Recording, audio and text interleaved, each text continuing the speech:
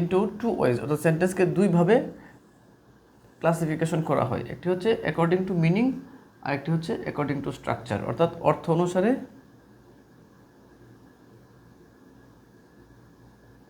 অর্থানুসারে, আর একটা হচ্ছে গঠন অনুসারে। এই দুইভাবে আমাদের সেন্টেন্সের ক্লাসিফিকেশন হয়ে থাকে। তাহলে অর্থ অনুসারে আজকে আমরা দেখব অর্থ অনুসারে সেন্টেন্স কত প্রকার এবং স্ট্রাকচার অনুযায়ী বা গঠন অনুসারে সেন্টেন্স কত প্রকার। অর্থ অনুসারে সেন্টেন্স 5 প্রকার। অর্থ অনুসারে সেন্টেন্স 5 প্রকার, যেমন অ্যাসার্টিভ,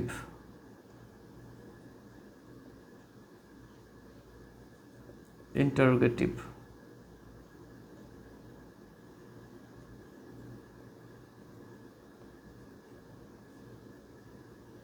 ইম্পারেটিভ,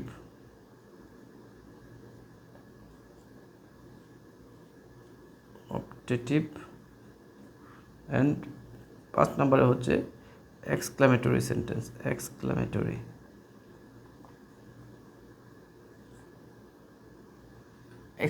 সেন্টেন্স এই হচ্ছে অর্থ অনুসারে আমাদের 5 প্রকার সেন্টেন্স। আবার সেন্টেন্সকে গঠন অনুসারে 3 প্রকার সেন্টেন্স। গঠন অনুসারে সেন্টেন্স 3 প্রকার। অ্যাকর্ডিং টু স্ট্রাকচার সেন্টেন্স 3 প্রকার। গঠন অনুসারে সেন্টেন্স কত প্রকার? 3 প্রকার। সেগুলো হচ্ছে সিম্পল,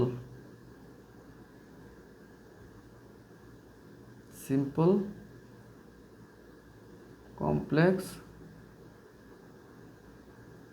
কম্পাউন্ড।